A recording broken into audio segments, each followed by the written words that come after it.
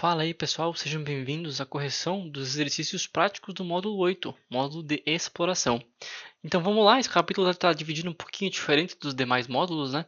Está dividido por protocolos, então FTP, SMB, SSH, ENFS e por fim HTTP. Então vamos lá, começando pelo FTP, a primeira pergunta é se o login anônimo está habilitado, né? Lembrando pessoal, deixa eu abrir aqui as nossas notas. Deixa eu abrir aqui as nossas notas.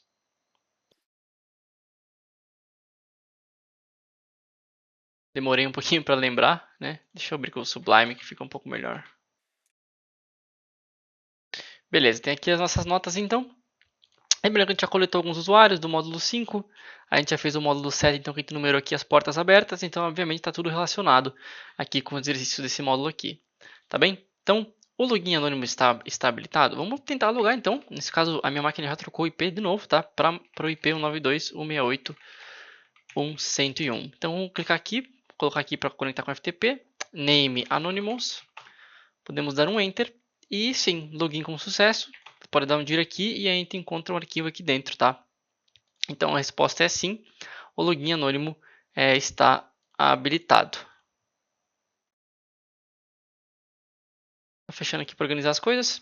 O login anônimo está habilitado perfeitamente, né? É possível logar com o login como usuário Anonymous.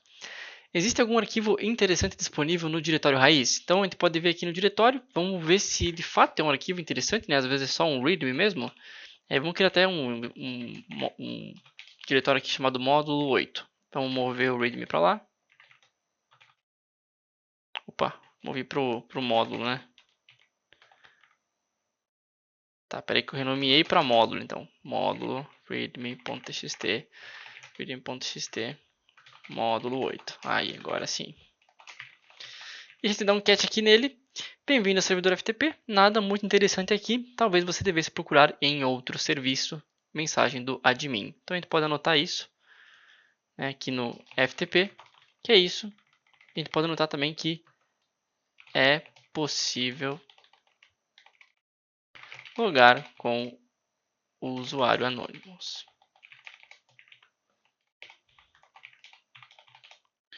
Belezura. Esse aqui é o readme.txt. Então, beleza. Existe algum diretório interessante? Não, né? De fato não é interessante porque não tem nada demais nesse arquivo. E se é possível realizar o upload de arquivos? Então vamos dar uma olhadinha se a gente consegue fazer o upload com o usuário FTP. Vamos dar um put aqui e tentar subir o próprio readme.txt, por exemplo, que a gente já achou. E a permissão é negada, tá? Permissão negada, então a gente não consegue subir arquivos. O que a gente poderia testar, além de ir um pouquinho além do exercício, pessoal, é tentar logar com um usuário que a gente já coletou do FTP, né? Que é o usuário Daniel. Então a gente poderia vir aqui, FTP, logar com o Daniel, trust no one, que é a senha dele. Conseguimos listar também, tentar fazer o upload. Às vezes a gente consegue fazer o upload com um usuário específico e não consegue fazer com um Anonymous, mas nesse caso, permission denied também, tá bom? Então, não deu para escrever arquivos, a resposta é não, não é possível realizar o upload de arquivos. Protocolo SMB. Quais compartilhamentos estão disponíveis? Então vamos lá.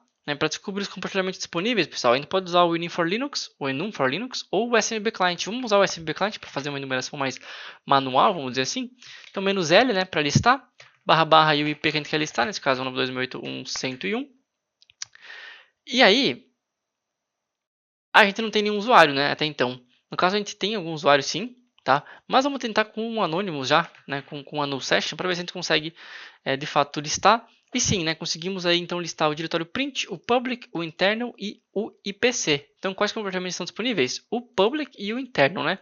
O print e o IPC, normalmente a gente não considera eles porque eles são padrão e eles tendem a não ter nada de interessante, tá? São só diretórios padrões aí que vêm junto com o SMB, tá bom? Então a gente pode vir aqui, SMB, e a gente tem esses dois diretórios aqui para enumerar. E é possível fazer no session, né? É possível logar com no session, com o usuário anônimo também. Tá bom? Então esses são os diretórios public e internal. Algum deles permite acesso anônimo? Vamos ver. Vamos começar pelo interno, por exemplo, que parece ser o mais interessante. Então vamos logar, vamos tirar, quer dizer, vamos deixar o menos "n", né, que é um login anônimo. Vamos botar aqui public para tentar interno, né, para tentar conectar no interno e tirar o menos "l", porque a gente não quer mais listar, né, e sim conectar agora. E a access denied, né, logou com um anônimo, mas access denied, então não tem acesso ao interno. Vamos tentar acesso ao public. E temos um readme.txt aqui dentro também, tá? Vamos renomear aqui no FTP o readme para ftp readme.txt, só para não ficar igual, né? Os dois arquivos. E aqui ele diz que arquivos sensíveis foram movidos para outro compartilhamento. Belezura. Então, nada demais também com o login anônimo, mas sim. Então, o public permite login anônimo. Login anônimo. Enquanto o interno não. Beleza. Compartilhamento public permite acesso anônimo, essa é a resposta. Usando o usuário encontrado no protocolo SMB, no módulo 5, quais diretórios ele tem acesso? Então, né, o usuário do módulo 5 é o Vini, com a senha 2026, exclamação. Então, como a gente já tem acesso ao public, muito provavelmente o Vini também vai ter acesso ao public, né? Não faria nem sentido ele não ter. Então, a gente pode vir aqui e botar o usuário Vini, por exemplo, tentar acessar o public com a senha 2026. Beleza, conseguimos normalmente. E podemos dar um exit e tentar conectar no outro diretório, né, que é o interno, e ver se ele tem acesso. Então, senha 2026, exclamação. E sim, conseguimos conectar com o Vini, e aqui dentro temos um arquivo bem interessante, né, que é o arquivo IDRSA, que indica aí a ser uma possível chave privada do DSSH. Então, quais diretórios ele tem acesso? Ele tem acesso ao public e ao interno, e se existe algum arquivo interessante armazenado em um dos compartilhamentos, se sim, qual? Sim, né, existe justamente essa chave SSH no compartilhamento interno. Belezura? Então está feita a análise aí do protocolo SMB. Vamos anotar, né? Só. Podemos logar com o Vini e encontramos uma chave SSH. Né? A gente suspeita que seja uma SSH por causa desse formato, né? IDRSA normalmente é, né, pessoal? Mas pode ser que simplesmente não seja. Se a gente dar um catch aqui, a gente consegue ver também que a gente confirma, né, que é uma chave OpenSSH privada. Então, beleza. Podemos dar um exit aqui. E vamos para o SSH. Então, é possível utilizar a chave SSH para logar? Vamos tentar, né? Vamos tentar com o usuário Vini. Né? Poderia ser qualquer outro usuário do sistema também. Mas como a gente conseguiu autenticar com o usuário Vini, vamos tentar com o usuário dele, né? Então, a gente pode vir aqui, SSH, Vini, arroba 192.168.1.101. E aí, tem que usar a "-i", né? A flag "-i", para usar a chave. E aqui ele pede uma senha e ele reclama das permissões, né, pessoal? Lembrando que a gente tem que restringir as permissões da chave para 600, né, para que ninguém consiga ler elas, fora o dono do arquivo. E aí sim, agora a gente consegue utilizar ela para autenticar. E fechou. Estamos autenticados com o usuário Vini dentro da home dele. Beleza? Inclusive, se a gente entrar aqui em SH, a gente vai ver aqui a mesma chave. E aqui dentro da Authorized Keys, a chave pública que está relacionada com essa chave privada. Show! Então, matamos o protocolo SSH também.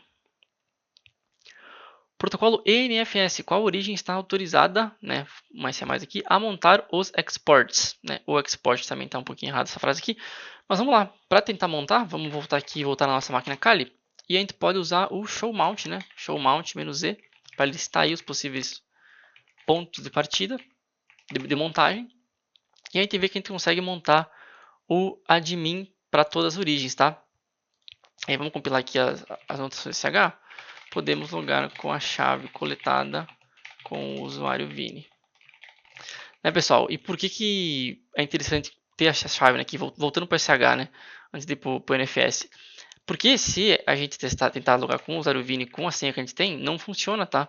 Porque a senha do SMB pode ser muito bem uma senha diferente da senha do SSH, tá bom?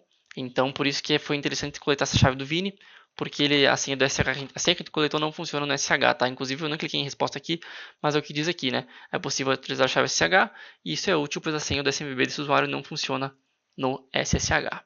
Beleza? Voltando lá pro NFS, vamos anotar isso aqui.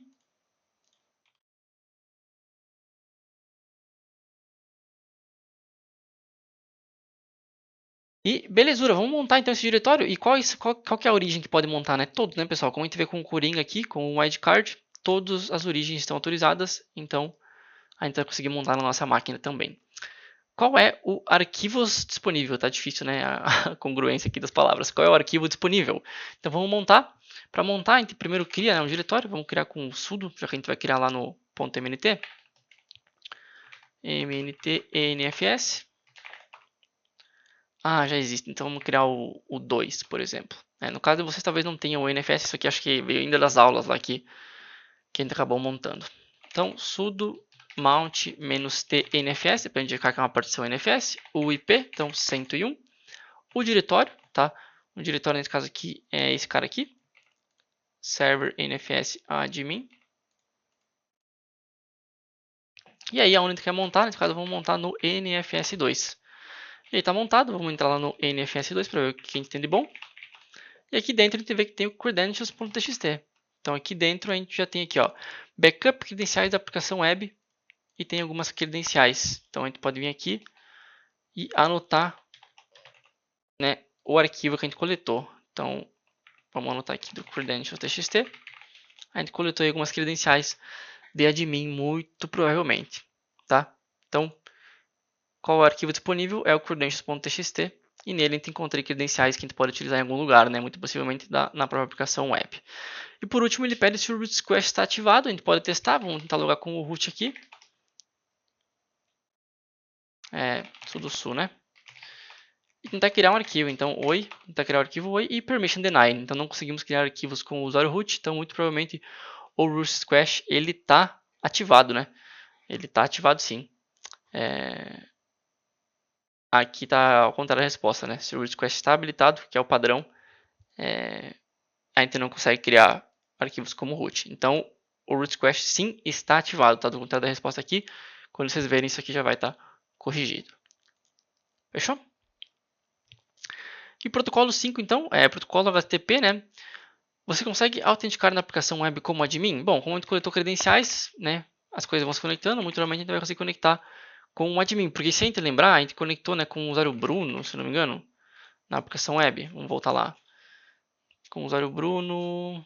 Cadê? Não está anotado aqui. Aqui. Com essas credenciais. Só que a gente não conseguia fazer, né, o upload de arquivos, que era disponível somente para o usuário admin. Agora a gente pode tentar logar com o usuário admin, então.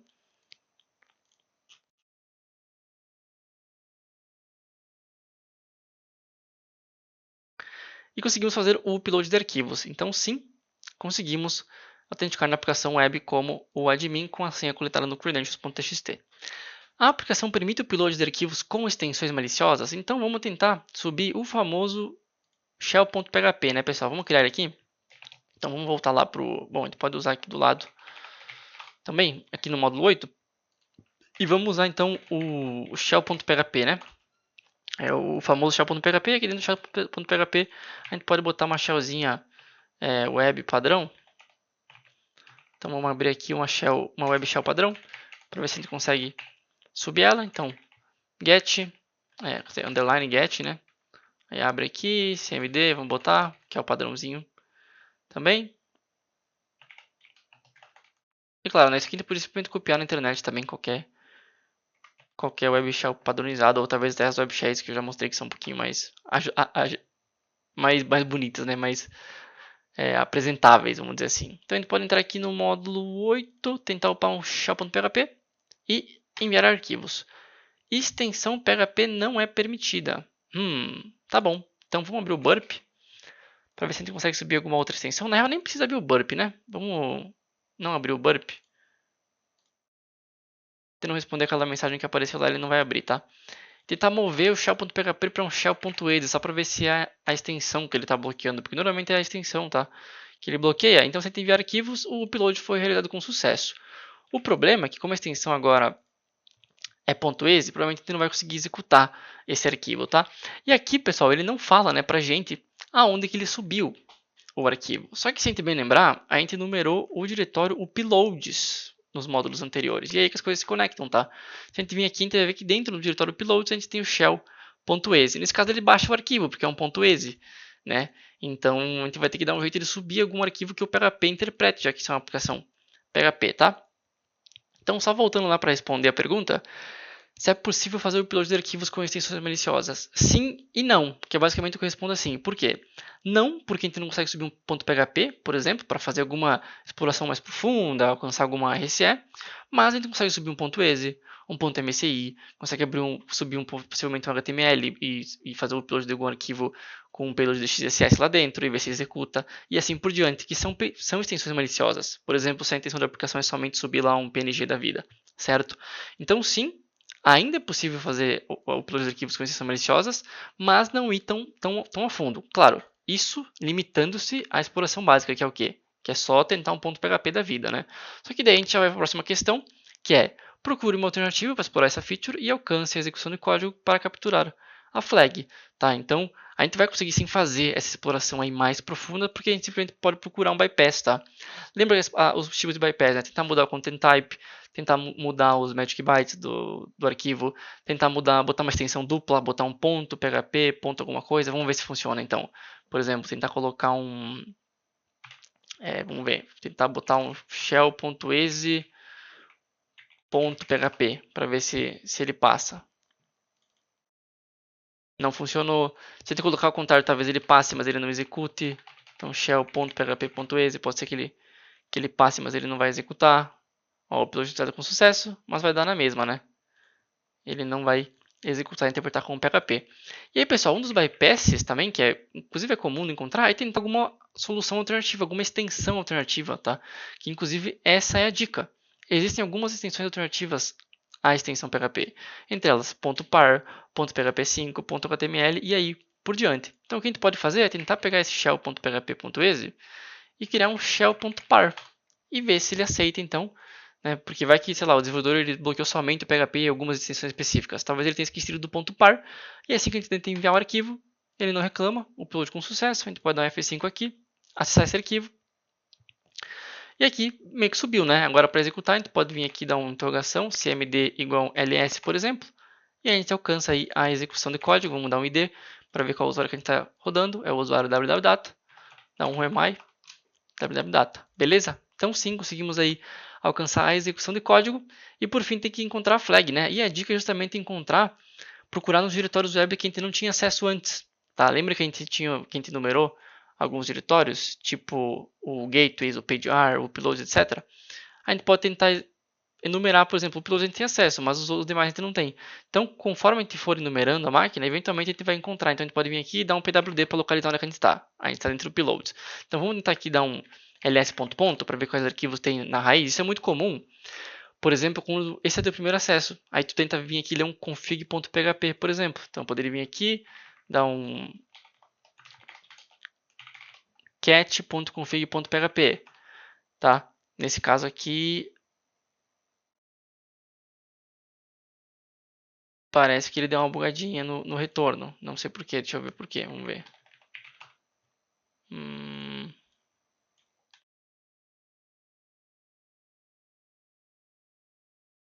Vamos tentar um binaries.back, por exemplo. Tá, então provavelmente é só o arquivo que está bugado. Vou tentar ler o dashboard.php então.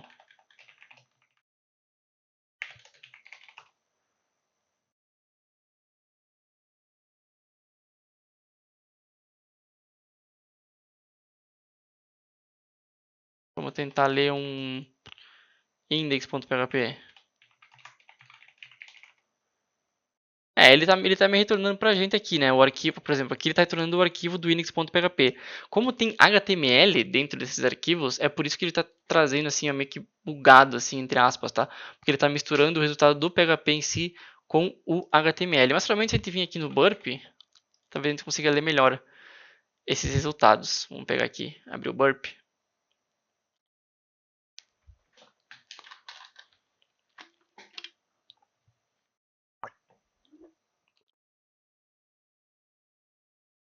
E vir aqui no history, vamos ligar o nosso proxy e ver se a gente consegue ler melhor as respostas aqui. Aqui a gente consegue ler melhor, né? Ó.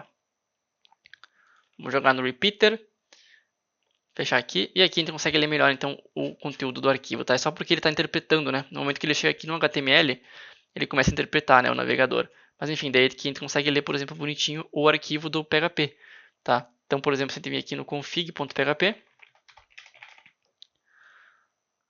a gente vai conseguir ler aí, por exemplo, o usuário e o password. Numeramos o usuário e o password. Claro, isso a gente já conseguiu fazer antes, porque a gente acessou os usuários por SSH antes, tá? Isso aqui não seria no caso do acesso inicial. Pulo do gato aqui para a gente encontrar, justamente ir numerando diretórios. Então, nesse caso aqui, como eu falei, numerar, por exemplo, o ls. E esse porcentagem de 20 é só um espaço, tá, pessoal? Encodado aí em URL. Então, dá uma olhadinha aqui e vamos tentar ler algum deles, né? Daí vamos começar aqui pelo www.admin, por exemplo. A gente dá um ls dentro do www.admin. Aí a gente encontra a flag.txt, que é legível somente pelo www.data, tá? Então, se tu tentou, por exemplo, pelo SH, com o usuário Maria, só que a gente achou algum outro usuário, tentar ler essa flag não vai dar, tá? Até porque essa é a última flag do exercício e somente o www.data consegue acessar ela, tá bom? Então, por fim, é só dar um catch aqui nessa flag e a gente vai ver que a flag por final, então, é not all who under are lost, né? Isso aqui é uma referência. Quem entendeu aí, entendeu. Mas é isso, beleza? Então essa aí é a nossa flag final. E é isso, pessoal. E parabéns, se você chegou até aqui, você resolveu provavelmente o módulo mais difícil dos exercícios práticos, que é esse módulo 8 aqui de exploração, que tem que estar com o conhecimento redondinho, tá bom? Então é isso, espero que vocês tenham entendido, aproveitado os exercícios e eu vejo vocês no módulo 9, no módulo de pós-exploração. Valeu, até mais.